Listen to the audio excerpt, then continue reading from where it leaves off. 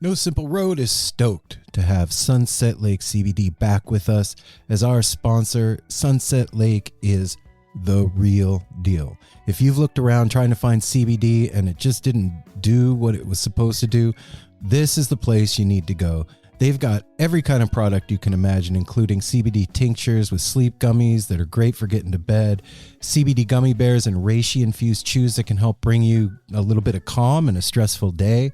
They've got salve. They've got smokable hemp flower that's great for folks like me that don't want to get stoned and paranoid but want to have the benefits of cannabis. Well, now you got it.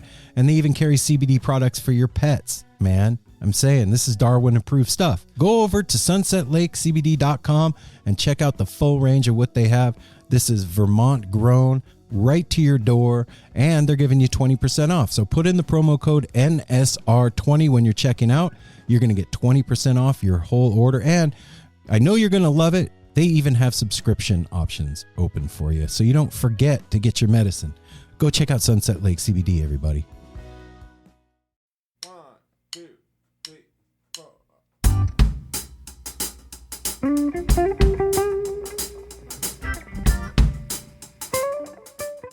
If you're heading out for that summer festival or summer concert, it's time for you to get a new shirt. Don't go out in the same shit you've been wearing all the time that has sweat stains under the armpits. No, don't do it. Well, I mean, you can, but... Well, Shop Tour Bus has been our longest sponsor and has been continuously in those 7 years putting out new designs. All the time. All the time. Hard to keep up with what they're doing. Their new design, too, like if you're heading to Red Throwing Rocks stones. or if you're not, that is one of the dopest designs I've seen. Yeah, go check it out over at Shop Tour Bus on Instagram and go to shoptourbus.com online.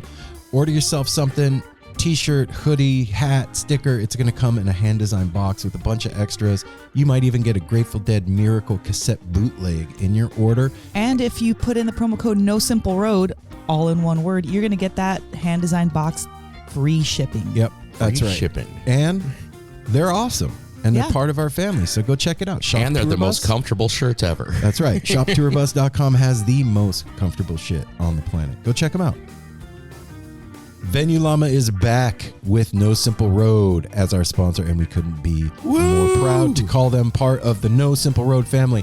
And you're asking yourself right now, Aaron, what's Venue Llama? Aaron, what's Venue Llama? Mel, why don't you answer that? Well, Venue Llama is an incredible app and website, right? Are they an app yet? Nope, not an app well, yet. but they're a website where they people like you and I, concert goers, tell us, each other, about how to get into the venue. What's the best entrance? Where's the bathrooms? What's the security like? Are there any cool vegan restaurants near the venue? Whatever you need to know, Venue Llama has got it covered. And what's cool about Venue Llama is it's us doing the reviews. Think of like Yelp, but for venues. If you've ever gone to a venue for the first time and wondered what hotel to stay at or where to eat or how the security is, what the water's like, all that stuff, that's how you find out is venuellama.com. And you can go there, sign up for a free Llama account, and tell everybody else about the venues that you've been to. And we build this amazing community that helps each other out. So if you're heading to the Sphere or Red Rocks or a venue you don't know or haven't been to, then this is where to get your information straight from us to you, and you can all be involved in this. Yep. Head over to venuellama.com today and sign up for your free Llama account and start sharing your venue insider information today. You can also list your favorite scene-friendly businesses, websites, or podcasts on the Venue Llama Friends page, and it's a community of us. You get it straight from the llama's mouth. That's right, venuellama.com. No Simple Road. Yeah, here we go. I know the road may seem to go on forever and a lifetime.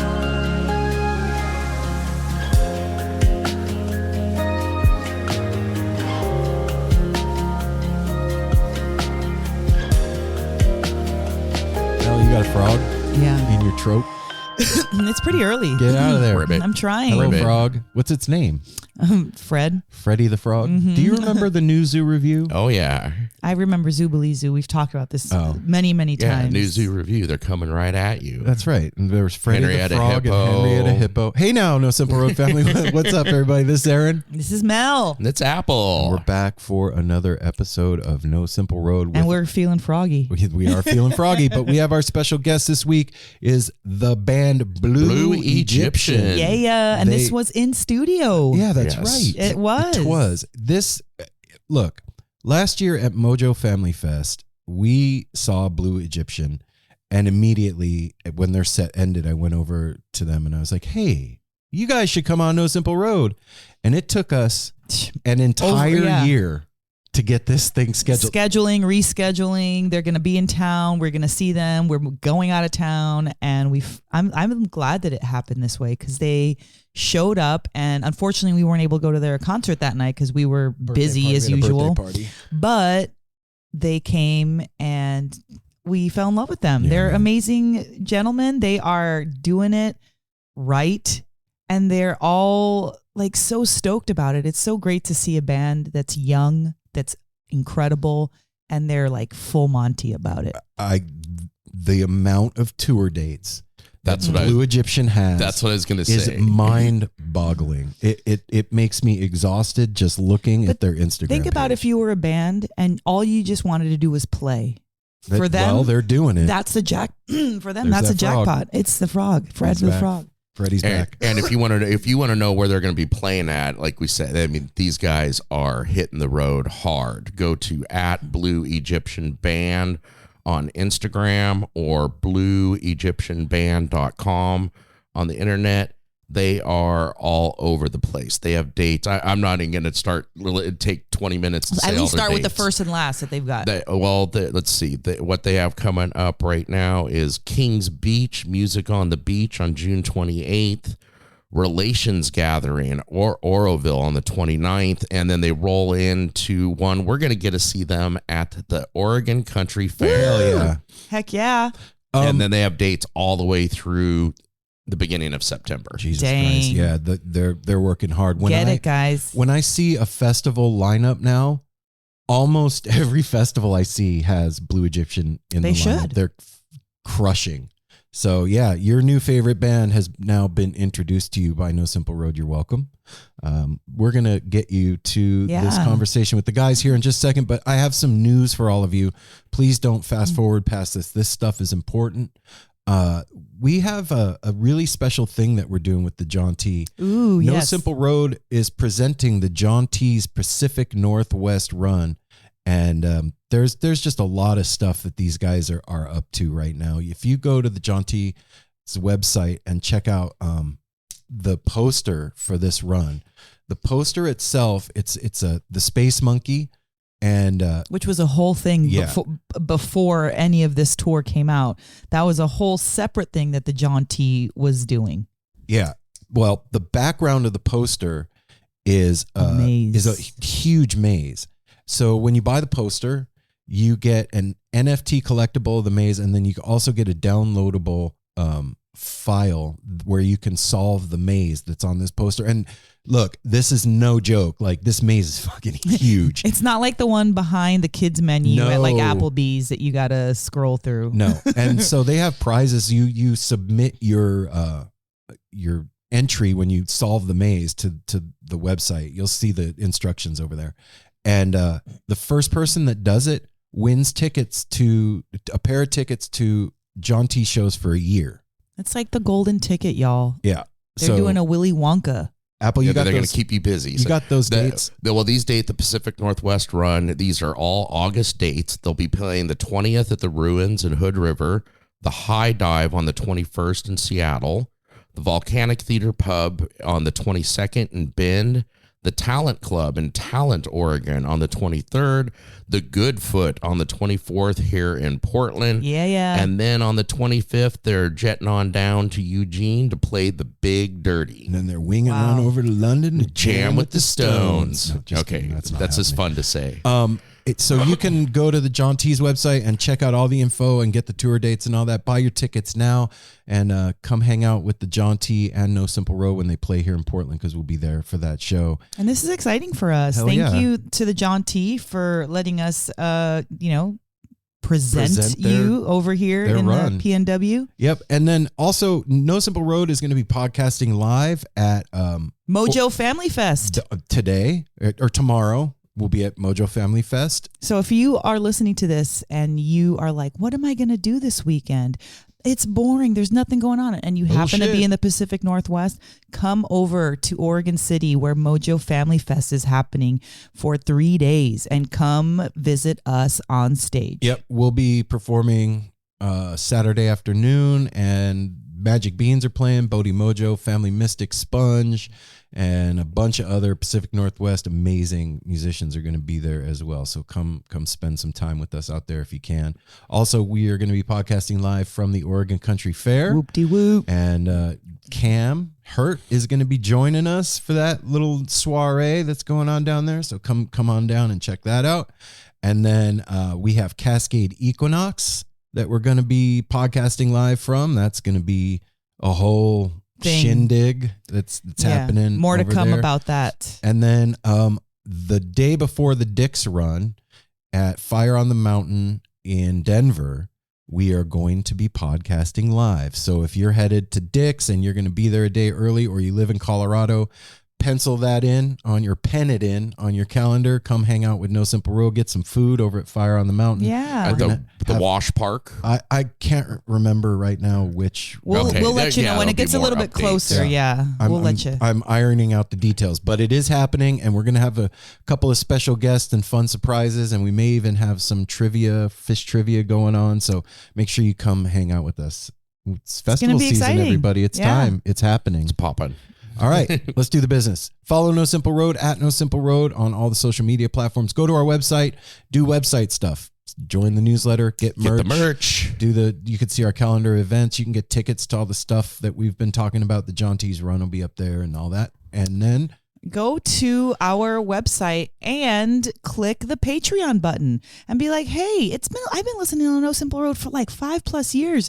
I'm going to join Patreon. Here's a couple bucks a month. And then boom, you are going to get access to our behind the scenes, and you're going to feel that sense of happiness and goodness that you feel when you donate to something that you love. that's true. And if you sign up for $5 or more, you're getting a custom leather keychain from Lost Sailor Leather.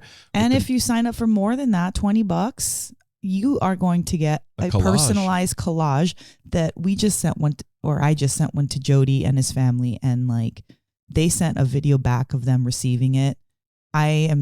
It made me cry on the inside. Aw. It made my heart was dope. cry. It was so sweet.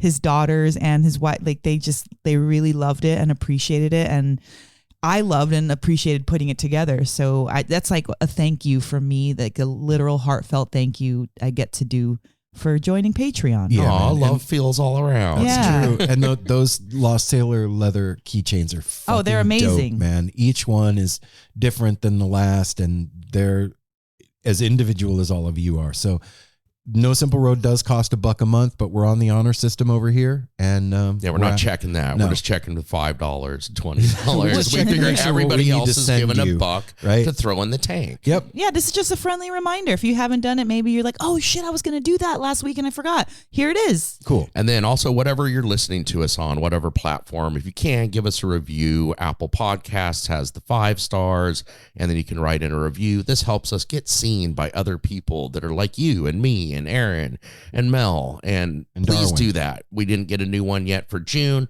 but there's still time. There's a little bit of time. There is time. You're the one. I'm talking to you out there. And then beyond that, tell somebody you love about No Simple Road. Oh, and the tepid line. You could call Oh, yeah, you that. could call the tepid line 971-808-1524. And that is open mic night, day, morning, whenever you call. You have 3 minutes to say whatever you say. A lot of times people run out of time in 3 minutes. You call back and leave more. And we want trip reports. We want anything you want to do. Open mic. Most important, when you call 971-808-1524, it doesn't matter what you're going to say. Just make sure that you're on a good connection when you do it. Because sometimes we get calls that we would love to play on the show, but it sounds like Yeah. Especially a hard one is when you're doing it from the car. Yeah. We love trip reports, but when you've just left the venue and you're getting spotty reception, it's really tough sometimes. So, you know. But we'll tell you, we'll listen to it. Even if it sounds, we'll listen to it. Me, Aaron, and Apple will listen to it, but maybe we won't put it just because it's kind of too hard. much. Yeah. So yeah, like I said, most importantly is telling somebody you love about No Simple Road. The whole point of the show is spreading community and love and connection and getting to know the artists and people that create the scene that we all are involved in. And the ground, like grassroots level of that is the most important thing. So please, everybody out there, tell somebody about NSR so that we can spread the mycelial network that is this wonderful little community that we have going on over here. It's pretty wonderful. All right, you ready? Let's do I'm Blü ready. Egyptian. You ready, Darwin? Ready. Without further ado, the No Simple Road crew gives you Blü Egyptian.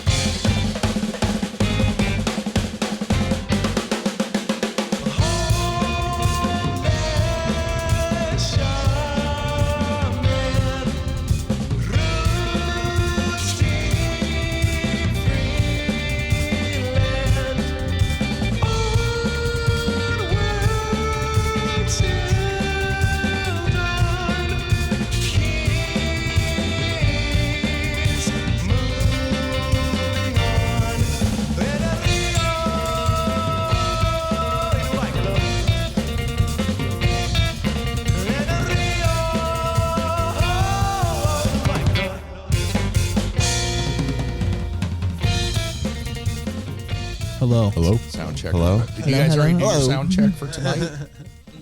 No. Oh, okay. Well, we don't roll up till like 7:30 or whatever. Okay. Okay. All right. Oh, cool. okay. So you're not pressured to like we got to be a sound check in We always 48 and a half do like minutes. 20-minute sound checks right before we start. Cool. Well, welcome to the No Simple Road house, guys. Studio. Thank you. Welcome. What's going on? Why don't you all, like, starting over here, I guess, make it easy. Introduce yourselves. In studio we have Blü Egyptian with that. us, Thanks, and so Mom. that way people Blü know. Egyptian out That's of Chico, right. California. Not the Blü Egyptian, Blü Egyptian. Not All right. out of Wow All right. Hall in Eugene. I'm Zach. I'm drummer. Yeah. What's up, Zach? So I'm Jules. I play guitar and sing. Jules, what's cracking? I'm Cam. I play the bass. What's up, All Cam? right. I'm Neo. I play violin and keys. Right on. Well, so I owe you all an apology. It's taken a year to fucking finally make this happen, man. I'm so sorry. Oh, no, you're good. It was like, it became funny to me trying to schedule this. Like, you would be like, yeah, we're rolling through on this date. I mean, look at the calendar and be like, are you fucking kidding me? Again, we're out of town every time. So sorry, man. Yeah, we tend to roll through on like the busy weekends too. A lot of stuff's happening. So tell me about the beginnings of Blü Egyptian, man. Tell me how this all started for you guys. So we all met in high school at like the Okay. local like weirdo school. It was like where all the art kids went. Arts and science school. But And, yeah. Okay. Yeah, there was like a cool class where it's called like pop bands, and we'd all like plug into a little console with headphones and like jam out, and he'd be like, everybody learn a Beatles song. And me and Zach got put in a band, and I was the drummer. He was the guitar player. What? funny A little enough. swapping Okay. out. Yeah, we were learning like a Doobie Brothers song or something, and I'm like, what if we like switch and just busted out some like Santana jams real quick? And we were like, ooh, we should like jam out of school. For real. And then he had like just started learning bass like then. And so he pretty much like, Yeah, I just hopped on bass. I literally started learning that around the time that pop band class was happening. And I mean, I was already chilling with like Jules and whatnot at the time. So I figured, hey, I'd come jam with y'all, you know? Okay. I get love something that. Just started. picking up an instrument so you can come jam. Yeah, like, I was playing guitar for a minute. Okay. I was playing it for, I want to say half a year, closer to maybe a year, but I wasn't really gelling with it as much. Okay. And then I picked up a bass just at like Guitar Center or just fooling around with it because our school, like the music classes, had like guitars and basses and whatnot posted up. So, I just fooled around with it, and I don't know, I got the hang That of was it. it. Started learning. Yeah, started jamming with these guys. I love and- that. I love how like Yeah. an instrument just kind of knows your hands, you know? When was this? When you guys all met in high school and started? Like how long ago? Like 2020, like right before COVID. I would Okay. say. It was like 2019, 2020. Okay. Okay. Wait. So, who's the oldest in the band? Him. He was actually Him. the TA. That part, I was doing a major, like they had like majors in that school. So I did the instrumental music and recording arts major, and they gave me like a TA period, and that was like the pop band. So I actually got to like jam out with these because it was, there wasn't a lot required to do in that part of the class. It was just, make some copies for the teacher. And then it's like, just sit around for an hour. So I'm like, all right, cool. Let's bust out the violin, jam around for a little bit. Fun. Yeah. And the first time he walked up, he's like, "Hey, do you guys know Bird's song on his little like computer thing?" He's like, "Do-do-do-do-do." I'm like, "Oh, we're gonna get along just fine." For real. What I also think it's appropriate that you don the wizard hat, being the oldest in the group. That came up a little bit later. Actually, it was Zach that found it for me in Arcata. We were just shopping at a thrift store, and he freaking found it, and I was like, "Dude, this Forever is changed his life. It changed my life. Became the ever wizard. since. Is that a Yeah. pigeon's? No, it's a Blue It's Egyptian. it's Blue a little Blue Egyptians. Oh, Egyptian okay. pin on the front. Rocking Right the pigeons on. playing ping pong. No, Mel. Well, I just saw a bird. no, That's but it. Pigeons are dope though. Yeah. Are you guys are playing with them? Yeah, we're about to be on a festival with pigeons coming up. I think like next month. Oh, pretty really? soon. What festival? Gamblers Run in Tahoe. Right on. So, I mean, just at the beginning of COVID, this whole thing started. Yes, sir. And you guys, is anybody in the band? You guys are anybody over 21? yeah, we're all. Yeah, Yeah. we're all Okay, because Okay. when I met you, I thought you guys were all under 21. yeah, we were. Okay. yeah. This is new. This is a recent Yeah, this- development. Okay. I literally just turned 21 like a couple months Jesus ago. Christ. What? Oh my Wow. gosh. It's a whole new world. Yeah. I just turned 22 in May, so. So yeah. you So now you just play pubs and have a beer. And Yeah. well, but this is very. That's a lot for young guys to be already playing festivals and stuff like that. Like, It's the time to do it. We you started It's when the we were time to like do it. 16 or 17, so we're like ready. Now that we're 21, Wow. we're like, all right, let us in. We're ready Yeah. to party. know? Yeah. dang. Yeah. Looking at your schedule, holy fucking shit, man. My God. I mean, I see like, fall tour run from XYZ band, and it's like maybe 14 dates or 12 dates. Your thing is like an entire paragraph of stuff. Like, who sets that up for you? It's all like me and my dad kind of go in on it. A lot of emails and calling and working with a lot of local bands too. But we've gotten really good at like filling in the gaps. Like we got a festival gig last night, for instance, and we kind of like got 2 dates before and after. So we do a lot of that where we get a out of town gig and then fill out like the drive around it. So we don't have to do really big distances. Yes, that's a But great way. it's kind of just getting like out of control now, where we're just getting a lot of opportunities, and it's always leading us to new, farther places. And we have so many dates, I can't even type them out on Instagram at this point. But Yeah, you have to. The rest of the tour in the comments. yeah, Dang. but Well, congratulations. Yeah, That's yeah. a big. Thank you so much. Some people don't even know about bands, and you have to type out extra stuff on totally. Instagram. Putting in the work. It's fun because like I took a lot of what from I saw this interview of what Goose said. Rick, he was talking about how they had just dove in and driving really far, hitting like new markets, and he said they had wished they had focused on markets close to them and expanded. So I really feel like that's been our motto this whole time. Like hit NorCal and then go Southern Oregon, then Central Oregon, Portland, but like work our way out. And now we're just starting to get to like Montana and working on Colorado and Arizona, New Mexico. So it's like really exciting to be like far away from home at this point. And Wow. when you're ending up like, let's say, Montana, Colorado, people know you. Oh, we haven't actually been to either of those yet. Those Okay. are coming up. Okay. No. Usually no one knows us. It's like it takes a couple tours. One state that was extremely welcoming was Arizona. Oh, we did really? 2 nights there, and that was like a super great reception for us. It's a trip, man. What does that look like to you when you say a great reception? When what do you see when you're saying that? It definitely changes based on like our expectations, but for us going to like a new town, really, if anyone shows up, like that'd be cool. Right on. Okay. But Start with a little. we had like people have definitely like done the research, like good like 30 to 50 people maybe even, and it helped that we were doing a Jam Band Wednesdays series in Prescott, so it was like a returning thing. So people just kind of like come out once a month. So that was cool. A lot of people came out like checking out our album. And then we played with a really cool band in Arizona called Plank, who like really helped get the word out. Oh, right. Okay. And that show probably had like 100 people. So we were like juicing. We were just burning on that stage. Like,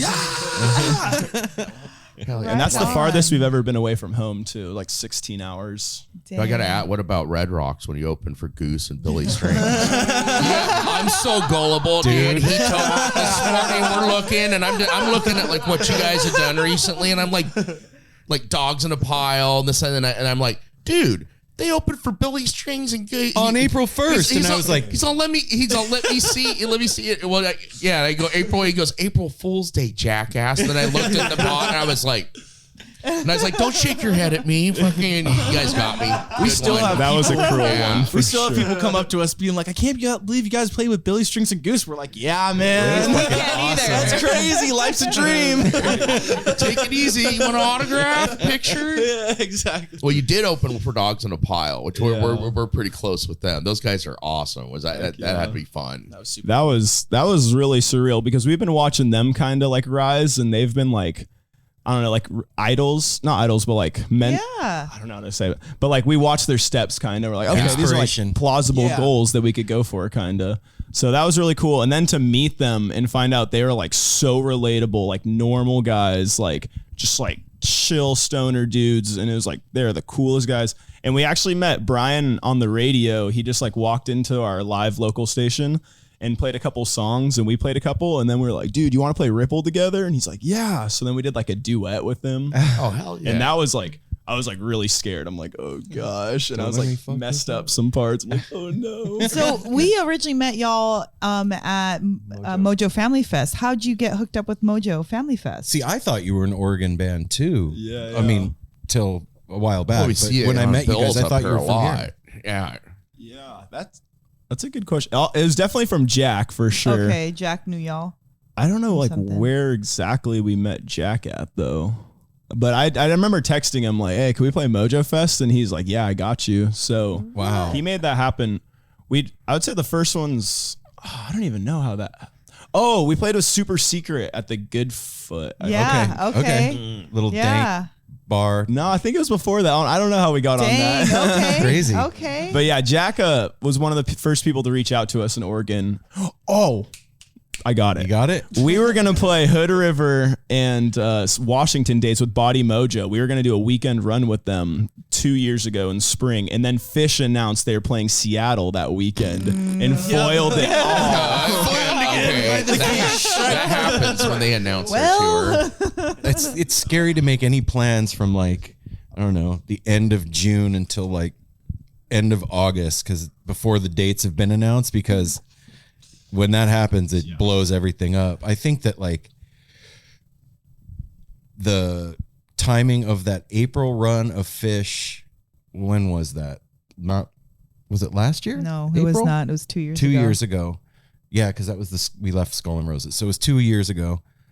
I think that is the part of the reason that Skull and Roses went down this year, is because Fish had that whole West Coast run going on right in the middle of all of that, and it like takes away from it sucks the life out of all the littler stuff totally. around it, man. Fish are definitely the kingpins, you know. Yeah, you don't compete with Fish. That's a no-no. No one can. So What was your first festival that y'all ever played? Was it Mojo Family Fest? The first real one, like notable, would be Hog Farm Hideaway. Oh. And that was actually like 1 week before Mojo Fest. And we played right after Railroad Earth before String Cheese Incident. So we got the best slot ever. Oh my gosh. It was crazy. So that was a bunch of people. What was that like for you all? Like, was that like the most people that you played to at that time? Yeah, and maybe it's definitely our top 3 of most people. There's probably like 2,000 people in that whole area. Because like there was like the pit, like the bowl in front of us, and then all the seats waiting for cheese. Because we were on the side stage on like across from the meadow. But it was so cool because Railroad, no, it wasn't Railroad, it was Leftover, sorry. Okay, Leftover ended and everyone just came right to our set. And it was like, oh, this is happening right now. And we had like 40 minutes to make our mark. And we ended it with a cheese song, actually. We played Bali Munster. So people were just going crazy, like animal mode melting. What? And then like apparently like Cheese like heard it while they were getting ready, and like all the staff were hooking us up. So it was cool. Well played. So Holy after shit. something like that, you're playing to all those people. Do you notice a big jump in numbers of like people downloading you, or how do you know? Does it translate? Is my point. You know what I mean? That's always, we always laugh about that because we do like the biggest gig ever. Like, dude, we got like 4 followers. I feel like it's like really gradual, especially with Hog Farm, because that was the most disconnected festival. There's like no internet. So like people would follow us like a month later and kind of, but honestly, like half of our gigs ever are from Hog Farm, or half of our fans are from that. Like that was the biggest thing that happened to us. The year before too, because the year before we actually renegated it and we did a Talking Dead set. And so people will come up to us like after and be like, I saw you guys in the campground. And then we're like, yeah, we actually played it the next year. You're like, yeah, but I saw you guys at the campground. And it's like, okay, yeah, cool. Thanks for showing up. Holy shit. Dang. So it kind of does and it kind of doesn't at the same time, like translate as far as like the numbers. Yeah, it really doesn't. It's the same with us. Like we'll do, I don't know, was it last year at Ophelia's? Mm-hmm. Yeah. We did a live podcast with Andy Frasco from Ophelia's last year, the day before Dick's run, and sold out room. And you know, you're thinking, man, we're gonna get tons of followers from this. Like same thing, like 6 people or something. And I think it's like you said, they're very slow to like figure out what they just saw and what they did, and then it's later down the line. I know I'm like that. Like I'm not at a show immediately like, oh shit, this band's dope, let me hurry up and, you know. Yeah, totally. What's been the hardest part of touring so much? The hardest part, I would say, is just like keeping it cool, like not between each other, but just like everything, kind of like balancing a normal life on the road is definitely like, I would say that's what we're in training right now to do. Yeah, is there a normal life on the road? No. After like a week, it becomes normal. You kind of get used to it after a while, you know? Like when you go into, like, let's say we did our biggest tour yet. We did like a 12-day tour, went out to Idaho and Utah for the first time. It's a lot of like sleeping in Motel 6s. Maybe somebody will put you up, like a buddy you made at a festival or whatnot. You know, going into it, it's kind of like, oh, this is pretty different than what I'm, you know, accustomed to being at home or whatnot. But after a couple of days, just being on the road, that life is, you just get kind of used to it. You get used to it. Okay. You know, it's kind of comforting too. Yeah. In a sense, it's something you're used to after a while. How is it for you, Neo? I'm curious about that. Yeah. Oh man, it's the best thing I've ever. It's the best thing ever for me. Really? Like, honestly, I love it. Well, What is going, it about? It's like going camping, like all the time for me. He's the where it's floor just guy. like, and because like I sleep on the floor too, but I like that. I also like the hard. I don't know. I'm a firm mattress dude, but also just like it's a great vibe. We're going out to these like new places all the time and getting to see so many cool things, and that's something that you just like can't get all the times. And it's I tell people that all the time whenever I'm at work. They ask the same question. They're like, how can you do this? I saw all your tour dates. Like, how are you able to like keep up with that? And it's just like, it's fun. I've been wanting. It's to do exciting. This for, like, like ever since I saw Diego's Umbrella, I've always been wanting to do this since Diego's Umbrella. So, yeah, There you go. I'm not. I'm familiar with Diego's Umbrella.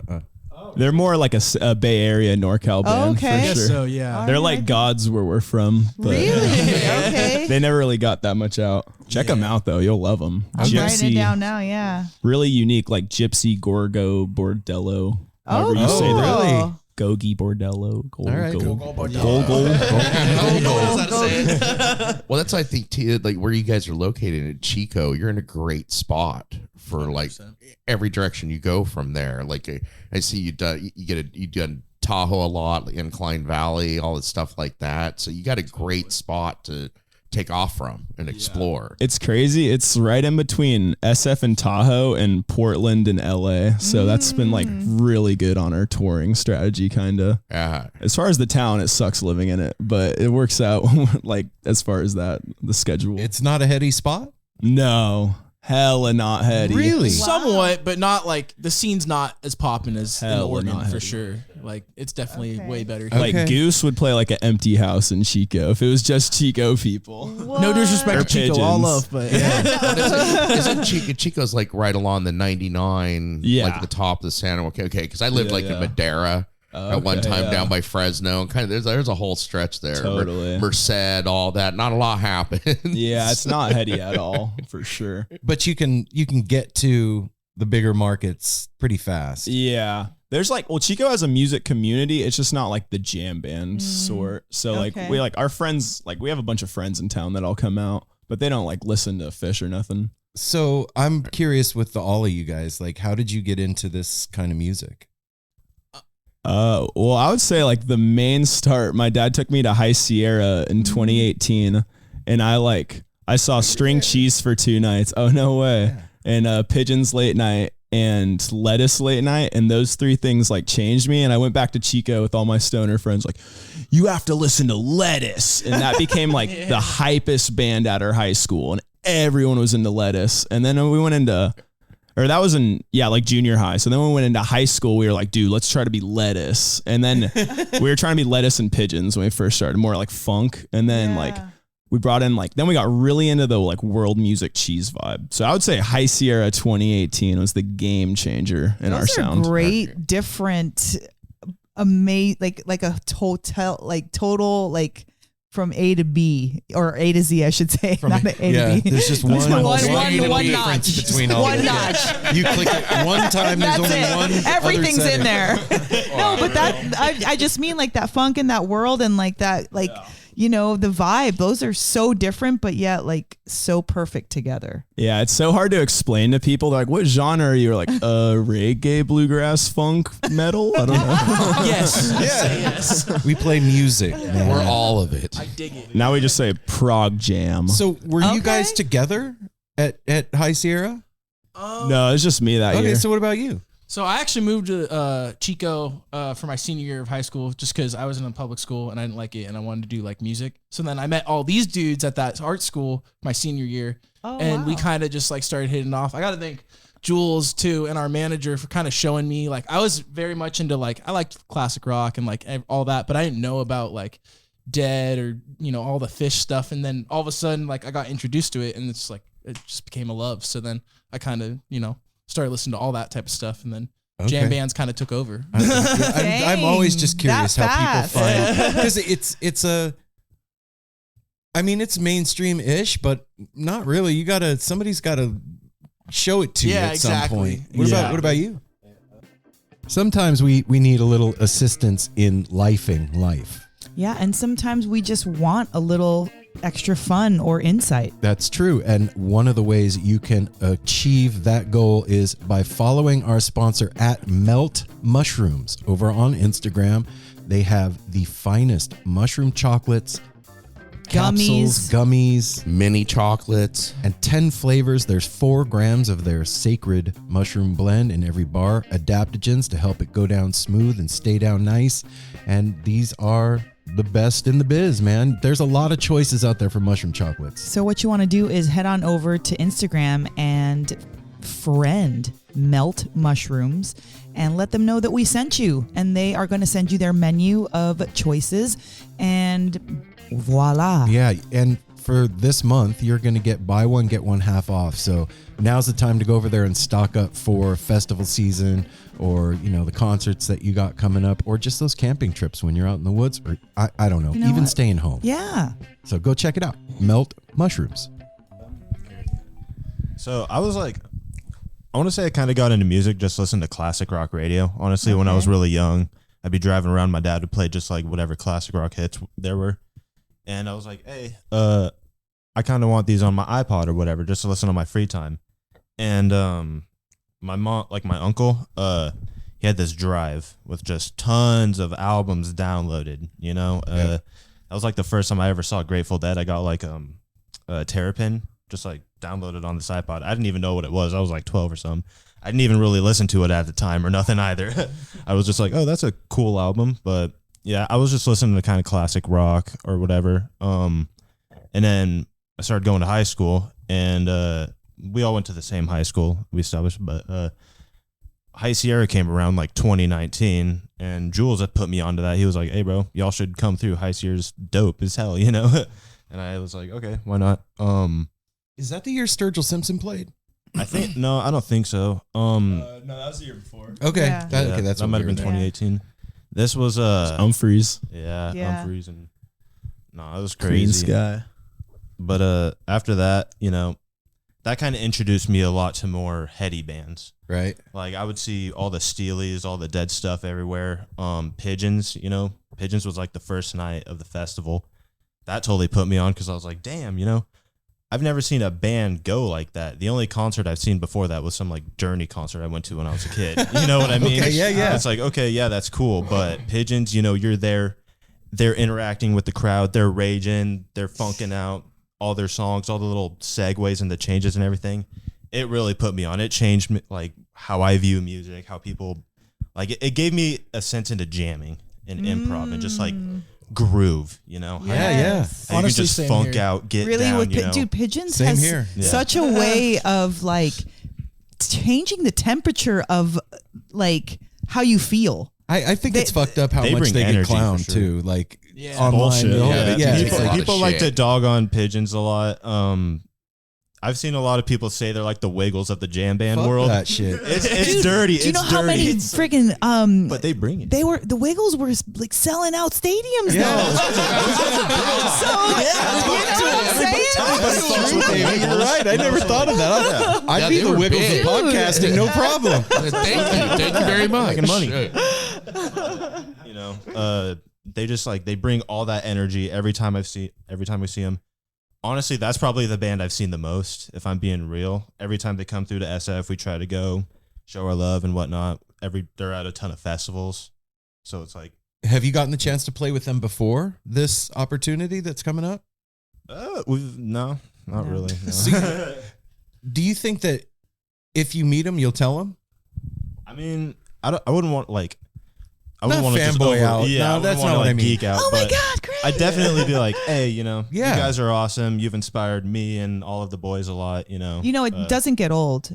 It really yeah, doesn't. you know, Think about if I'm sure somebody they're comes super up to you appreciative. and it's like, dang, Yeah, Cam, you're that's on why I that asked. bass. Like, I really appreciate it. Yeah. You know, you wouldn't turn that away. You know, you you'd know? appreciate it. And I mean, if it's Yeah. just a ton of people one after another, I'm sure they'd get tired. But if it's like somebody else who's doing music, who's Yeah, been if you're chilling inspired- backstage and you're like, yo, I just wanted I mean, you to know. you man. can't get like tired of somebody coming up to you being like, hey man, your music inspires me. Yeah. That's got to be the best feeling. No. Whatever, dick. Ah, leave me alone. Okay, That's cool. So Never mind. So I love that. We owe that thank you to Pigeons. Yeah, shout out to and Pigeons. to High Sierra for being an influence on That was our very first Festival, right? Festival that we did as No Simple Road. yeah. That's awesome. Chilling That was in a hangar alone with Neil Casal. Well, and our first interview live was Twiddle. Yeah. We showed up at High Sierra, got our shit. We'd rented a blue fucked up motorhome Yeah, in we Reading did. to get Oh my there. God. But anyway, we get there, Nightmare. rushing to go to the green room to interview Twiddle. Well, Chris Jacobs was playing in the background. And yeah, we got exposed to a whole lot there. And it opened us up as a podcast Absolutely. and friends and what we do. The High Sierra is dope. That Twiddle set too was that amazing. picture right there with the three of us, that's High Sierra 2018. Oh yeah, that's Yeah. a grandstand right there. That was right after the Chris Robinson Brotherhood. Yeah. Ooh, great set. Yeah. That was a great set. That was So awesome. what about you, Neo? What Was about it- you? Would you start out with the Diego's umbrella? Is that what you were? How'd you get turned on to jam music, I guess? Or Well, are you turned on to jam music? I turned on to jam. 100%. No. I was turned on to jam music. Definitely. Like I matured into jam music through Jules. Like after I used to do like kind of like EDM stuff and whatnot, and wasn't too into jam music. Besides, like my mom had taught me or had shown me a little bit of it, but like Grateful Dead and whatnot, she was really into. But actually, like it was really I remember the exact day it was, and it was when Jules had described he came back from one of those High Sierra times, and he was like, everybody needs to listen to Fly by Lettuce, that album. That album completely. I was like on the farm one day, and like I had a farm job, and I was like pulling carrots or something, and like all of a sudden, like I just am listening to this, I'm like, oh my gosh, it's like wow, that opening track, and I'm just like, and then the rest of it, and going up to like that last song, like what really caught me was The Ghost of Jupiter. That song just like caught me so hard. But then after that, like just listening to the rest of them, like String Cheese Incident and going on to into other bands, actually like I had only listened to like one song of Ween's and had no idea what Ween had in store for me, my bro. gosh. But then when we got into it, and like Jules was like, we're gonna do a Ween set, we're gonna listen to all this Ween, it's gonna be great. We did that, and it was like, oh my gosh, these guys are insane. I love them. Yeah, Ween is insane. Became his favorite. So I mean, I won't throw my mom under the bus. She was definitely like influential, and Traffic was a really big part of it. Okay. And part of my upbringing. I really love Traffic and stuff, but and Beatles. But other than that, no, it was really like these guys that really brought me into things and stuff. I just kind of like add in like my knowledge of like synthesizers and whatnot, and try and like make it fit to like the genre and stuff. But like yeah, it's cool to like be following with these guys and whatnot. Now, how'd you get into playing the fiddle too? How did that come in? Well, that started in 4th grade. And Oh, wow, so okay. young. And so, well, it was just violin stuff, and it was actually a part of like the orchestra scene. Let me tell you, like orchestra is fun, and it teaches you all the basics of like violin and whatnot, and it's very important. But playing the same like piece and the same part and the same like notes for like 3 months to get it like exactly right for like that one recital or whatever, it really wasn't catching on to me. I wanted to like improv. I wanted to actually like play the melody that's going on in the head, and so like that's why it's like joining a band of any type was like in the forefront of my head since like I was like starting it with the violin. So you were Wow. like in band hearing melodies in your head. Yeah, like I would be like that weird kid sometimes, and I would play like the melody that wasn't like written, and like and yeah, I was the annoying like violin that was like off, but like it was weird because like there's this like thing in my head that's like constantly going or whatever, and so it's like it's nice because like with these guys, like we're moving from the E minor jam into like into a ska beat, and it's like, oh, that totally changes the melody that's going on, and then like I can You were made for this. no, I just No, stop. that's I'm serious. Not to be sappy or cheesy, but for real, that your mind works like that. That's fair, man. Like that's a gift. Well, I'm just saying, like, orchestra didn't fit me too well. No, I got Yeah. it. So that's where. But like, you were joining musical, regardless. Yeah, and then so like joining up with these guys was like super, and also like I used to be really into like my family knew a lot of like kind of bluegrass people and stuff, and so we would there were these parties that I used to go to like a big 3-day parties like out in the middle of like the desert in Reno, and there'd be these like they'd just pull up chairs. There'd be a double bass. There'd be like a guitar and just like little bluegrass jams. And I'd pull up with my violin. I was very bad. I was very, very bad. And then it's like over time, it's like, okay, I can actually sort of make a melody to this. And it's like, all right, we're gonna do this A to G to D thing. And it's like, oh, okay. And then it's just kind of like built up from there and stuff. So it's like, but yeah, no, I feel like I mean, when it came to like joining these guys, it was like a big step in like my jam band education. And it's crazy that that's even a thing, man. No, but it is. I know. Jules, good job. Like, I mean, seriously, introducing everybody to this music that helped each individual find their own kind of like way, right? Like, just because you like a band doesn't mean you're going to mimic it, but that whatever you hear from them is going to be filtered through you and what you can do and what you want to achieve. Totally. You know? Wow. It's a trip to think like you guys coming up now, you have like 40 years of Fish to listen to. You have 50 years of Grateful Dead shit to listen to. You've got, you know, the 2000s worth of String Cheese and STS9 and all that stuff to listen to. And then all the shit now, like Goose and Pigeons and everything. You've got this like huge, long tapestry of the evolution of jam music that has influenced you. So you guys are like the next the next wave. Your generation is the next wave that has all of that feeding into your like database, musical database. And I think it's cool that what's coming out of you guys is genreless. Like there's because and I think it's because of that. It has to be. You've got all the Billy Strings and like all this shit. Exactly. Well, like the synth and the fiddle, that wouldn't normally be a thing. Before String Cheese, right? Like that wasn't really two things that matched together. And then you couldn't really put a stand-up bass in like some hip hop, you know, thing. And like nowadays, everything is just, it doesn't matter what instrument you play, doesn't matter what your voice sounds like.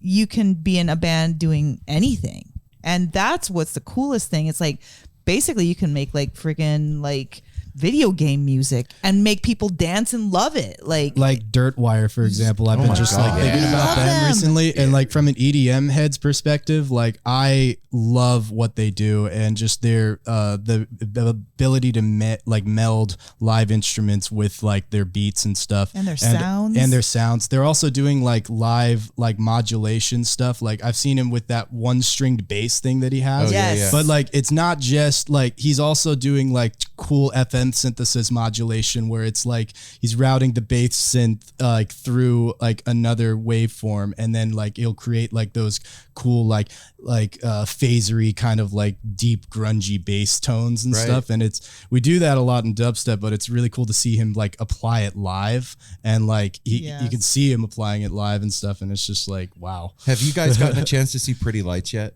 Yeah, we saw my Cascade last year. You probably saw Dirtwire last year too. When they had the we were at least Native special. American dancers and everything, and that was fucking amazing. We were posted up at Le Special. Yeah, we were at least special for like a small crowd. Okay, and they were talking shit. Hey, someone turn that guy with the mouth harp down. We love Le Specials, so I love those guys. Yeah, we started a big mosh pit. It was dope. Oh, hell yeah. Weren't you at Le Special? No, we were interviewing Aggie. Yeah. And then afterwards, because Le Special, we had interviewed them, and we missed Aggie because we were interviewing Le Special, and then the other way around. And then afterwards, we saw Le Special, and they took. So one of our friends told me, they're like, dude, they fucking dedicated a song to you guys because we asked them in the interview, because I love when they do Primus. Like during COVID, they did that whole for the Frizzle Fry album live which was so fucking dope. But they're like, well, No Simple Road asked us why we don't do covers very often at festivals. It's like, because we want to get our music out to the people. Yeah. But this one's for No Simple Road and did a Primus song. Yeah, they played Lacquerhead. And I missed it. I was like, that was crazy. The whole pit started just for that song. I was like, all right, yeah. Look what you did, Apple. Yeah, they're amazing. Wow. All right. So how did Blü Egyptian come? Like, what's the name? What does it mean to you guys? yeah. So it's like it's a water lily that grows in the Nile, and I was doing a lot of research on just like cool hippie stuff. Is to this the find Blue like a band Lotus? name. Yeah, the Okay. Blue Lotus. And Blü Egyptian is kind of like a nickname for it, I guess. And it's like a really cool fuchsia color, but all of its properties stood for like diversity and like acceptance. And it was all kind of about like, it was like targeted towards all people, which I really thought was cool. It was about inclusion and being like a group, and really like the spirituality of connection between different like types of people and stuff like that. And I was just like so intrigued. And then also I was like, that's the coolest band name ever. And then like Blü Egyptian, the BLUE with the Egyptian just looked so bad. So then we were like, all right, umlaut. Drop the E. Yeah. And I still don't know if the umlaut actually makes it say blue, but we're like, Motorhead did it. It does now. Oh, yeah. Blue Oyster Cult. If Lemmy said it, it's true. Yeah. That's awesome. That's has a lot of forethought into what you want your band to sound like too, including everybody, like nobody standing in the corner. Let's involve everything. Let's put every genre in here so everyone can jam. Yeah, that was our goal when we first started like writing songs. Every song needed to be a different type of music just to like tackle everything, and that's still like how we treat our sets. We're like, all right, here's our Irish song, here's our like Japanese song, here's our Latin song. That's just weird stuff. Wow. So we don't have a Japanese song. It sounded cool though, didn't it? I totally bought it. I'll Jules, wait for it. It's in the works. It's a new idea. So do you feel like you're still finding your voice as a band? Yeah, every day I feel like we're reinventing our sound almost. Dang. I don't think that ever goes away either. I think in like, 10 years it'll still be like that. I think just pursuing knowledge and different, whatever it is, it's like we always are striving for better. So it's kind of just like keep that mindset with everything, and you'll get where you want. So. Stagnation is death. I mean, Okay, so what do you think Yeah. about, maybe this question's to all of you. What do you think about doing a really great job at something and being an expert at it, but then also on the flip side, maybe knowing how to do that job fair, but also having a lot of other things to be able to do. Jack of all trades, master of none? Yeah. Because there's definitely when you go to a master, think about Trey, right? He's a freaking master guitarist. You want to go to somebody like that, but do you want to be a Trey? Maybe you want to be somebody that picks up like a Mark, what's his name? Mark Rebier? Yeah.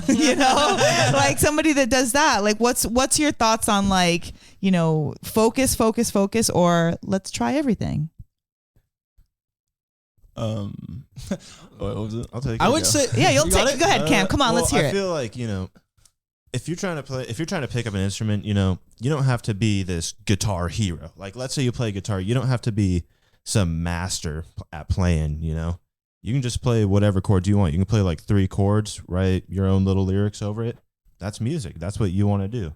It's to satisfy yourself and kind of be like your own little outlet. Yeah. You know what I mean? Yeah, I do. Like, you don't have to, if you don't want to be this guy, like Trey, he's doing everything. That guy he does whatever he wants. He doesn't yeah. rest. He's in Fish. No. When he's not doing Fish, he's doing Trey Band. When he's not doing that, he's doing whatever other side project, Ghost of the Forest or whatever. He does that because that satisfies him. But then you see like other musicians, they'll play like 3 chord songs, but they'll put their soul into all the lyrics. Maybe they're not doing these huge venues that like Fish or Widespread Panic or whatever are playing, but they're still doing whatever satisfies them. Yeah. Right? And it's Right like, on. For them. it's really like hard, like with someone like Trey too, to always like have to compare yourself to him. Yeah. So you're always like, you were never going to be as good as early Fish. Like no one ever is. So it's like, it's always hard to have bands like Fish and Umphreys out there. You're like, we're just not that good. How are we ever going to get that Yeah. good? But then you see bands like Lotus and like Pigeons who like, they're not exactly showing off the whole time, but they're making it work. And like Magic Beans, like they're not shredding your face off the whole time, but they're keeping it groovy. No one's complaining. And like, they love that's it. that's like, okay, you don't have to be the greatest in the world. You just got to make it work. And I feel like that's I like that. I don't think there's a true answer. There's not it's one better or the other. I just wonder like kind of like where you all fall personally and in your head about it, because you know some people they get that laser focus and they're on it and they're amazing and that's what they're about, and then other people are like nah. What about Zach? I was gonna say like I feel like the saying like whatever floats your boat. I mean it's like such a true statement because it's like whatever gives you life is what you're supposed to do, you know. So whether that's whatever music it is, if you want to be the greatest of all time, strive for that. But like at the end of the day, it's like what gives you life, what gives you purpose, and it's like whether that's doing a jack of all trades. It's like if you're happy with it, then like fuck it, who cares, right? Yeah. Like honestly, Be true to yourself. Yeah, just be true to you, happy. And it's like, as long as you're happy and in your lane, because people get so caught up in that, and then like they're doing something and they're not happy with it, and it's like, okay, what are you living your life for? Like, what's your purpose? If you're not happy with your purpose, then it's like, are you really living? So it's kind of like some people get caught up at the amount of time that they've spent doing something, and like to admit that they don't want to do that anymore, or they don't like it. It's kind of like, can be like feeling like a failure. You got to find your own balance. You can't push too hard with certain things. So absolutely. I think it's like. My brain just farted. Never mind. That's right. Sorry. That's right. That's cool. That happens to me all the time. Oh yeah, you're in good company. There's a lot of farting over here too. Happens to the best. Yeah. Well, you're really lucky to have that perspective now. Like, that I asked that because you all seem very like mature about the field that you're going into. It doesn't seem like there's a lot of preconceived notions. So I'm just throwing stuff out there that kind of like that I think about that sometimes crosses my mind, and see what you guys think about it. Well, I know like I started playing guitar when I was 12, and like I would play for a couple of years and then quit because I would get frustrated. I'd see people like Hendrix or Trey or whatever. I'd be like, I'm never gonna fucking be that good. Why even bother? And it wasn't until I was in my like late 40s that I figured out, oh shit, this is just for me.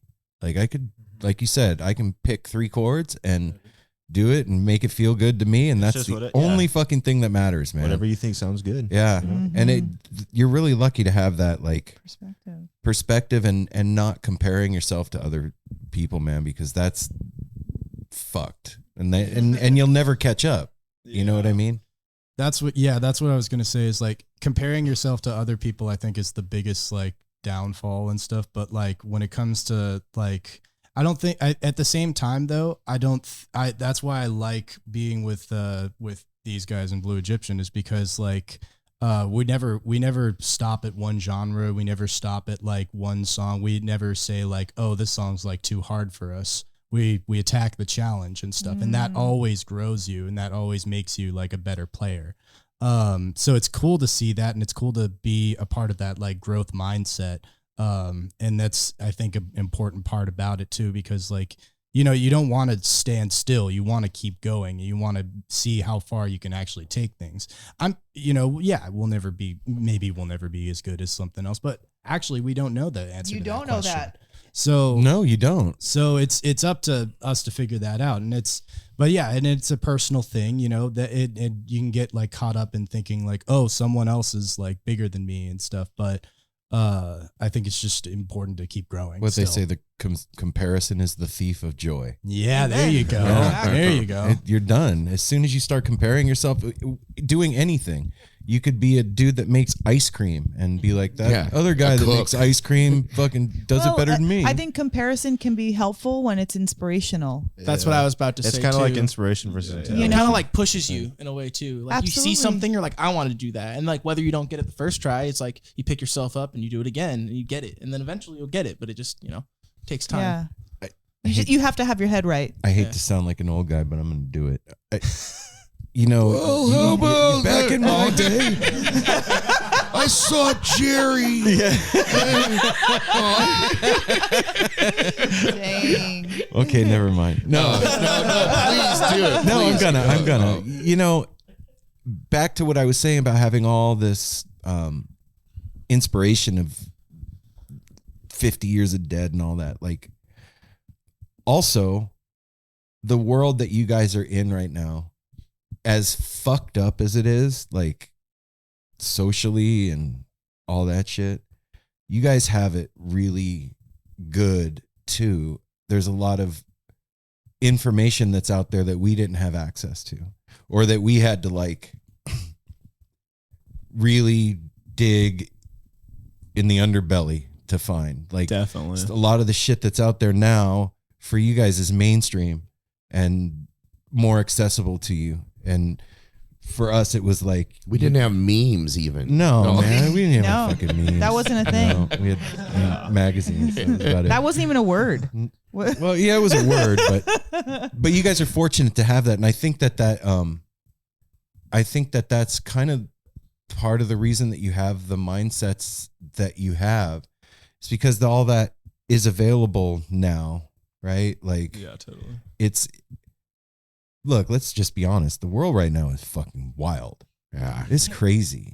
It's and so there's got to be balance out there, and I think that that's like a reflection of that balance is people coming up have a mindset of growing and trying to make things better. And Neil, kind of like what you said about learning too, like there's so many things to learn about and ways to find out, like, so not being scared, kind of like, oh, let's attack that song. Fine. Let's figure it out. Like before, what you were saying, it was really hard to find things like how to learn things or people that are just putting out free information. That didn't really happen back then. Oh man. And if you wanted to learn how to play an instrument, you had to like go to the music store. yeah, you had to get and a take teacher. fucking lessons. Like that was it. Unless you had a cool family member that taught you or Taught you at something. home. Yeah. And I saw Jerry. Well, No. in this world now too, there's nothing that I think everybody here would agree that makes me feel better. Like you can be in a shitty mood or whatever. The only two things that can change that: the purest is music, the other is drugs.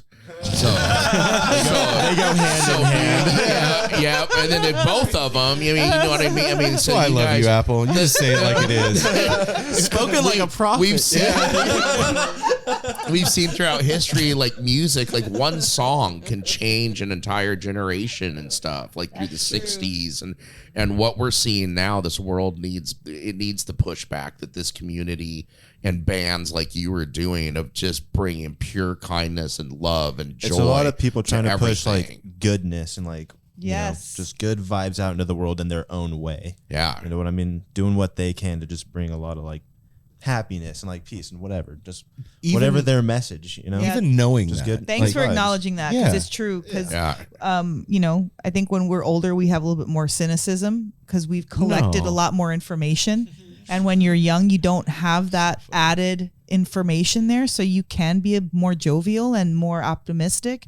And that is important for young people to speak their voice so that vibe can go out as much as it's fucked out there. Like it's really horrible right now. Like I'm just gonna not go really. hide in my room. It depends on what kind of outlook you have. It can be like, dang, this is fucking information age. We can go anywhere and do anything. We could actually talk to Greg if we wanted. Like back in the day, if a teenage band of guys had a musical crush on, say whoever, they couldn't get to him. That's true, You couldn't man. talk to them. You can talk to their management. Now you could like send a quick DM, be like, dude, what are the chord changes on that song? That's dope. And he'd be like, da-da-da-da-da. You know what I Just mean? slide Like up on their story real quick. Yeah. exactly. So I just feel like there's the opportunities infinite. It's Hey, limitless. Don't knock it, man. That's how I've gotten half the interviews for No Simple Road. And the world, I mean, it sounds like for you guys, definitely the world now of festivals. There's so many more festivals Yes. now. Back in the day, like the 90s and stuff, there was a couple huge ones that the rock bands would play, and there was no access to anybody. You went, the festival is over. The festivals now, everybody's mingling. You're watching one of your The favorite scene's super bands, tight. and next Yes. thing you know, you're standing next to somebody from one of your favorite bands. Jake in the from crowd. Upfreeze is drinking a beer next to you. Yeah, it's just opened up such a new world to all of us. You know, I mean, it's what's helped us flourish and stuff. Yeah. Doing the festivals and I mean, even back to pigeons, like no joke. like even when we very first started No Simple Road, I was all about the Dead. Like I would only listen to the Dead. Anything else wasn't music. Like that was it.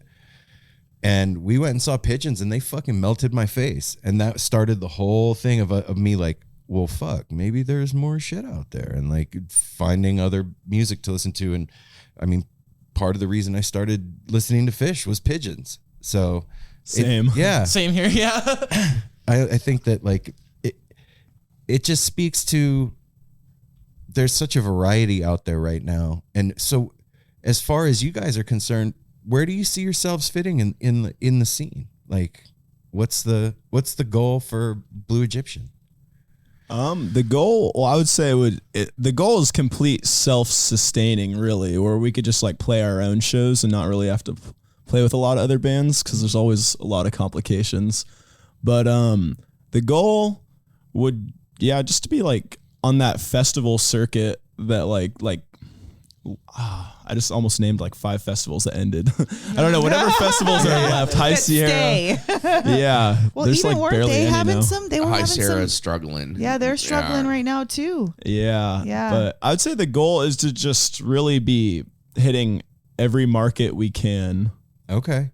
And just have a spread out fan base, really. Just like right now we're trying to set it up like an investment phase. Like maybe we don't necessarily make money out on the road, but we're like setting up to where like in 10 years we can be coming back to these towns, like hopefully That's for smart. big crowds, kind of. So does everybody work a day job? Unfortunately. Okay. I don't. I just got fired from Roundtable. That's a sign. Congratulations. For some reason, they keep up with my schedule, so. Costco sampling. Oh, Really? people love seeing you, Apple's, dude. They Apple's love bane of seeing Apple's you. existence Oh, right there. So I have a question. I get mad at the people that just congregate and block the aisle. When you're trying to get done shit done at fucking Costco. hot, dude. We're at Costco. He's like, you fucking people, you never seen something free before? You serve this, it's like people are almost fighting for a little inch of taquito. This guy's in the front lines, man. Yeah. No, more power. I appreciate you. Get you. the ice creams like, and- yeah. Man. Okay, so we talked about band goals. What's some personal goals for each each individual musician? What do you guys have? I think it's just waking up, getting better every day, taking care of yourself. I think it's like being on the road is really hard. So it's kind of like understanding like physically, mentally, spiritually, all those things. You got to keep that at top, because it's like you see some of these bands, like one of my favorites, Humphreys. Chris Myers on the drums is like the biggest inspiration. Like I saw him, we saw Humphreys in Reno and SF, and just seeing how professional like he is, it's like that's what I want to be, And it's not even like the comparing thing, but it's like that more of just Again, the inspiration. It's a mindset where thing. it's like that's what I want. So it's like, waking up, trying to get to those goals every day, whatever that is, practicing, working out, eating good, sleeping on time, whatever it is just right like on. just personally just getting to those Dialed in. dial in, yeah, just lock in and get to where you want to Yep. go. Damn. Melt faces in your own Melt way. fucking faces, dude. I want to get dialed in and melt fucking faces. Amen. That is the zone for sure. Yes. Well, fuck, me too now. Fired up. Honestly, I feel like that's where I shoot for too. Just like that moment when like you're on stage and like the energy's there. You like, it's kind of like you're like tripping balls. Like you forget everything in the world and you're just like, it's about the music and the people. And that's kind of like the best feeling. And then like before and after, like nothing feels the same as like right when you're on that stage. No drugs. So I'd say like that's like the peak of the roller coaster for sure. Like just looking at the heads and just partying. Can you describe what it feels like? That feeling?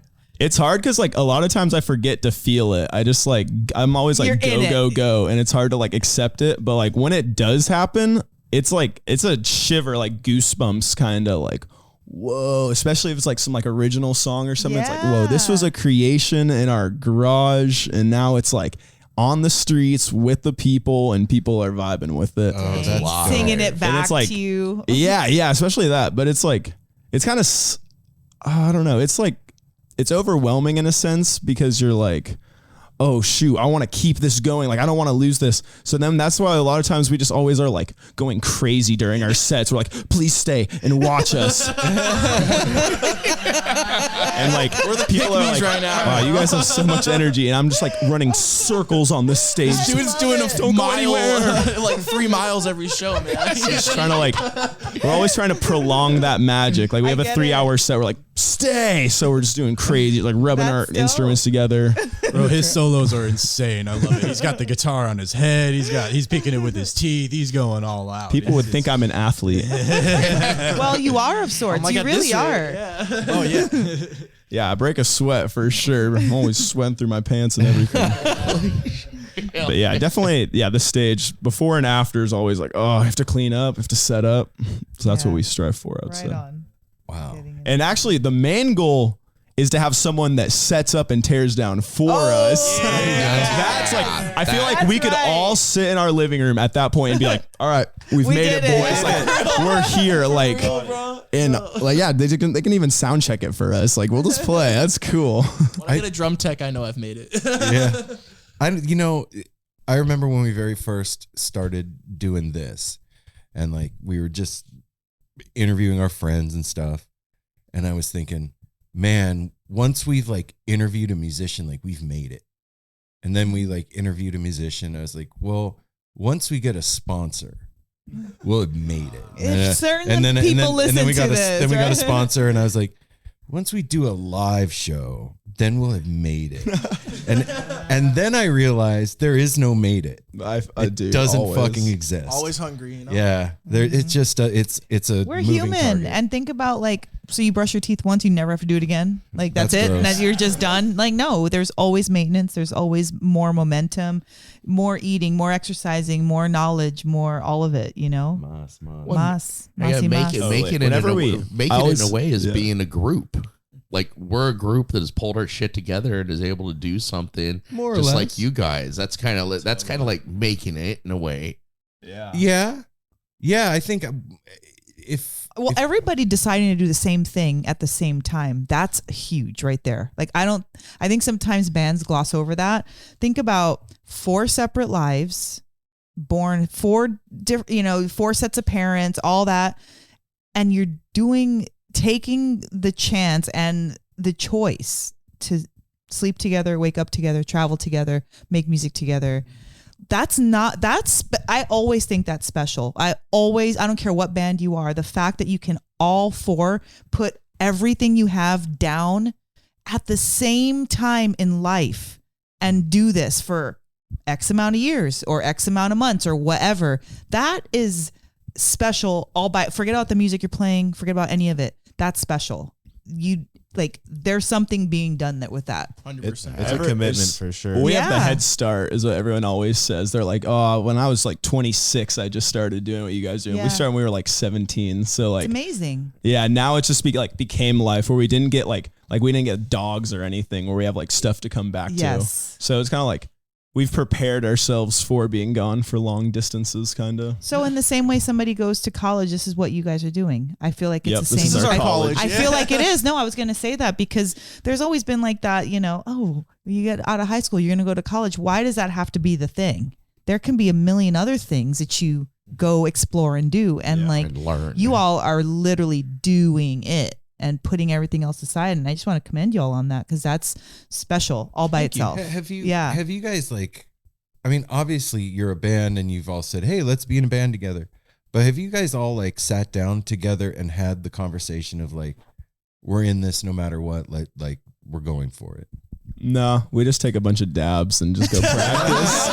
I think it's like one of those unspoken things where we're kind of Yes. all Just, like, like, yeah, send we it. want to do this shit. Like, Yeah, let's I've do had, it. I'm sure we all, I mean, don't got personally, nothing better to do. I've had like moments where I'm like, this is what I want to do. And I'm sure we've all had those moments where it's like, after a killer's, one, for example, me was at Hog Farm. It was kind of, after we played, I didn't really, understand what was happening because it was more of like the not living in it. And then like after I was like, okay, yeah, I need to do this for my life. This is what I want, Oh, wow. just to Wow. play on stages and see the people dancing and getting down to what you're putting out there and like your own music too. It's like, again, nothing beats that high. So it's kind of like, that's what I was like, okay, I want to do this for my life. I'm in. Dang. Hell yeah. Yeah. I love that you have that moment locked in there because sometimes it's just like you feel it inside. You don't need a moment. And but at other the Hog times Farm, you're too. just like, oh no, this is it. No, facts. And at Hog Farm too. That place is really special, man. It's sad that that's not happening anymore. We cry a lot. touchy we would have been this weekend. We would have been doing late nights right now after cheese. We were in. Dang. We were like, oh, this is our people. But you know what? Who knows what it's making room for? Now the new one, Golden Road Gatherings, the new like NorCal Okay. festival. That one's Okay. dope. We just played that like 3 weeks ago. We got to open for Railroad, so that was sick. That's I was watching. I was watching a little. And we bit actually of just that dropped the this full morning. video. Yeah, cool. We dropped the full video. Our camera guy got that out in 2 weeks, and we're really proud of him for that. So out, yeah, Bill. it's like a super sweet set. We're stoked to have that content out there to like boost our summer. Well, you got a good shout out to whoever it was that introduced you. It was like, these are some of the hardest working motherfuckers I've ever seen. That's like the NorCal trendsetter. That's the guy. Is it? Okay. Yeah, Keep Smiling Productions. Oh, hell heck yeah. yeah. I love that. Well, I'll say another thing that you guys had, because I'm a self-proclaimed merch whore. You guys have great merch and wow, a great thanks. logo and stuff. Yeah, really great logo. Who's behind that? Oh, I love Ryan that. Kerrigan, the shout out local. Ryan You Kerrigan. guys Okay. know Ryan? Yeah. Right on, Ryan. And that was Dope. our first ever piece of art we got commissioned. It was just like pretty cheap. And we were like, wow, we're going to die with that logo. He like nailed it. We were like, yeah, just say Blü Egyptian and a flower, like it's Fish's logo and the fish or whatever. And he just like Nailed it. went for it. Wow. Nice job, Ryan. It's such an important thing to have good merch nowadays to get Totally. it out there. And yeah, well done, guys. Who's the guy that said I'm in Maurice. a band? I'm in a band to sell T-shirts. Yeah. Yeah. 'Cause that's where a lot of it's Well, made. and Merch even booth. we were talking to the owner of the Get Down the other day, and he was like, I just happened to have a venue that sells drinks. Like, meaning like it's not really what we think. You go out a band, you think that the band's making the money bringing it in. No, it's the merch and the drinks. Yeah, and the bar. Yeah, and all the- that kind of It's a stuff. band, but it's also a brand. Yes, Yeah. absolutely. Yeah. Absolutely. So what do you, before we're done, what do you got coming up that you're most excited about right now? Most excited, definitely the Gamblers Run we're playing, and then Pigeons and Friends is later. So been talking to Jeremy, gonna try to get in on some Pigeons action. Yes. We're playing at Oregon Country Fair, 2 sets, Saturday at 5:30 on the youth stage, Sunday 11:30 on the Horse Corral, and we're gonna be renegading High Sierra because this is the last year supposedly. So we're gonna be playing all day. And we're really excited. We have these battery-powered speakers that we're going to be tearing up all the festivals doing Renegade sets. And we're hitting Burning Man this year. It's the first place we've said it. But yeah, we're going to Burning Man this year. Okay, wait. How do you do that? We don't know. Like wristband wise. How do you get in? We're still figuring that out, but we're doing they're it. doing it. We're Oh, sending I love it. Put that out there, Yeah. It's like you have to get in with the camp, really. Okay. And yeah, we're talking to a lot of camps, but Burning Man, like no one will like guide you through it. It's like survival of the fittest. Like if you want to go, you figure it out. So that's like, It's true. I set out this summer or this year, my goal, like, okay, I want to do Burning Man just so if I died, I could say I went to Burning Wow, Man or something. that's something that'll change you forever. Yeah, I feel like that's going to take our like fan base to a whole new level of like kind of like hippie jammers / casual lawyer dads or whatever to like cool like steampunk, like Oh yeah. a lot like people that like to party. Oregon Country yeah. Fair is that too, man. I mean, Yeah. I've never been before. But That's like so- fairies and Yes. And same with Cascade All the- Equinox. You guys playing there and everything because that's this That year. one was Last year was a cool. little more jam band put in there, but this year is a lot more electronica and stuff. And in the festival we just played yesterday is all rappers actually. Really? Too. What? festival? It was called the Tri-Town Get Down, and we actually have the best story ever. Let's hear it. All right, Cam should just tell this one. Let's hear it. Cam, come all on. you, Let's dude. get the mic close and hear the story. Take us home, man. It was pretty crazy because we were one of the first bands of the fest. We played the Emerald stage, so there were I don't know how many stages there were. 5 stages. The one we played was at this little Thai restaurant. It was kind of like a walking distance from the festival. It's like a grounds, but- mile from the festival. Okay. No, it's not. Okay. too far. But yeah, we did our set, played an hour and a half, and then we drove over to the festival grounds, hang out.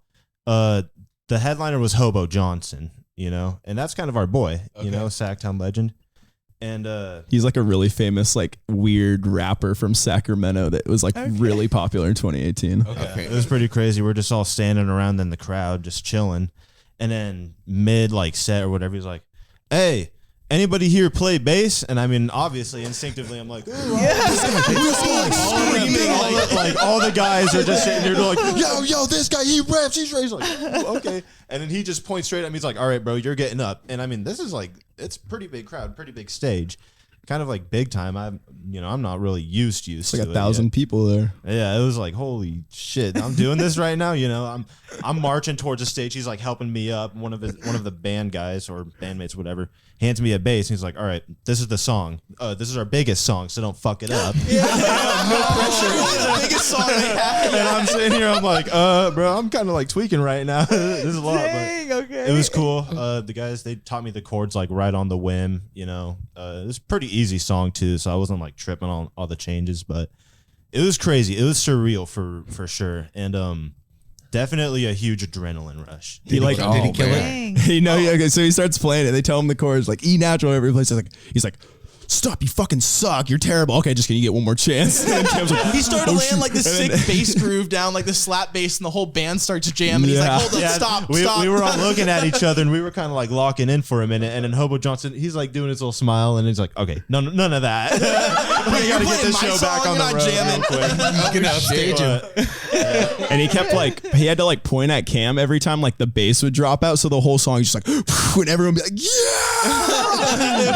Oh yeah. He was just like, "All right, bro, just when I do this little face, just stop playing." I was like, "Okay, bro, I got it." He'd look over to me and just give me this goofy little face. I'm like, "Okay, this is pop music." I get it. Being in front of that many people. Cam and Hobo Johnson. It was crazy. It was definitely like a surreal moment, just like I just got fucking pulled up out of nowhere. This is my life now. Hell yeah. I guess I'm running with it. He like stood and did a bow and kissed the audience when he first got on stage. We were dying. It was some operatic shit for sure. Bro. Thank you to my people. Just kind of standing there for a minute, and I had the little thought run through my head, like, what the fuck do I do? So the first thing that came to my mind. There you go.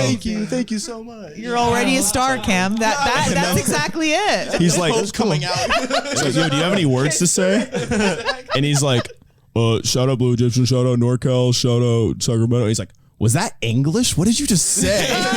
He just kicks him off. Yeah, I showed some love, Being in front of that many people is fucking gnarly. We had obviously never been in front of 1,000 people, but like we just did Winter Wondergrass, and they pulled us up to introduce Andy Frasco and Kitchen Dwellers.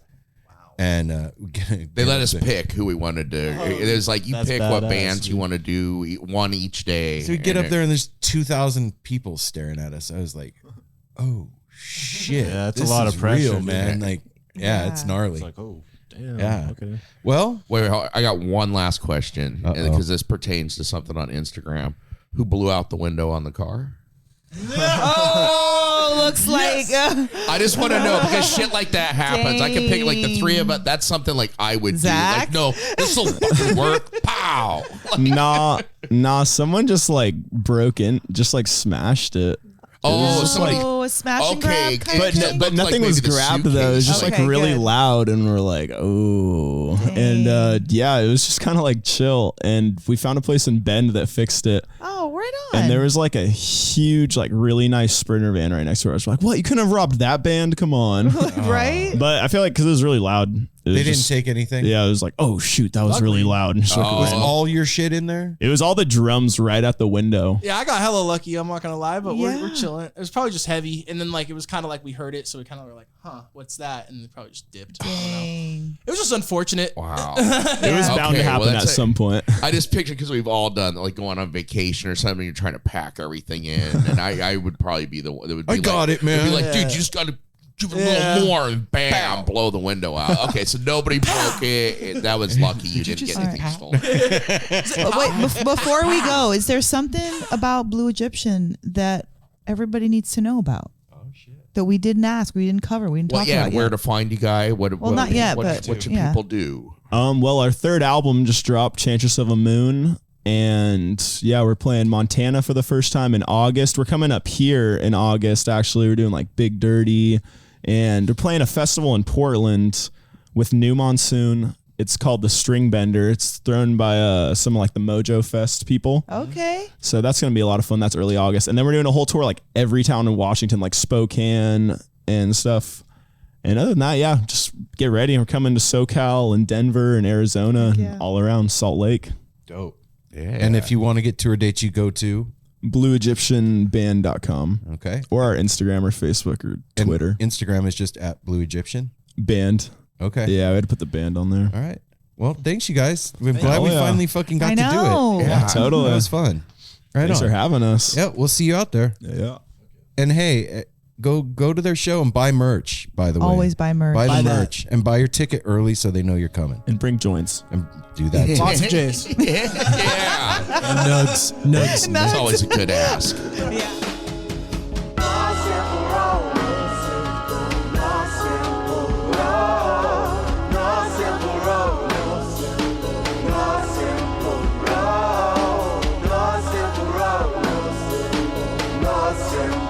Like twisting, turns to mission, turning it's a journey. Wish the word is many problems, but it's a burden. Family needs has been deferred, and hell of me has been the earth, and alchemy can bring the birth, the melody of a new born. So persistent, so resistant, so insistent, so commitment, so resilient, or haven't you learned it? One simple road.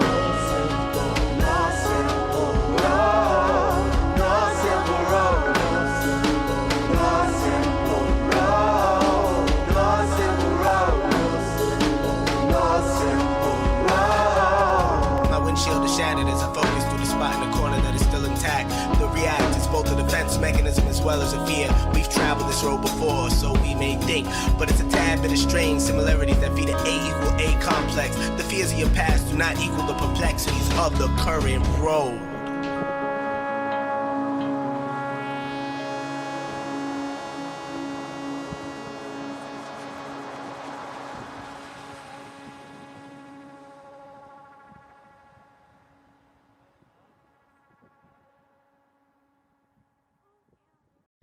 Hey everyone, it's Cam Hurt, host of the Best Show Ever podcast, and we have got a second season coming out very soon that I am very excited about.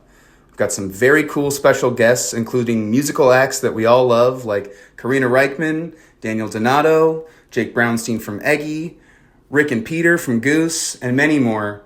Tune in for new episodes dropping on Osiris Media March 5th on the Best Show Ever podcast.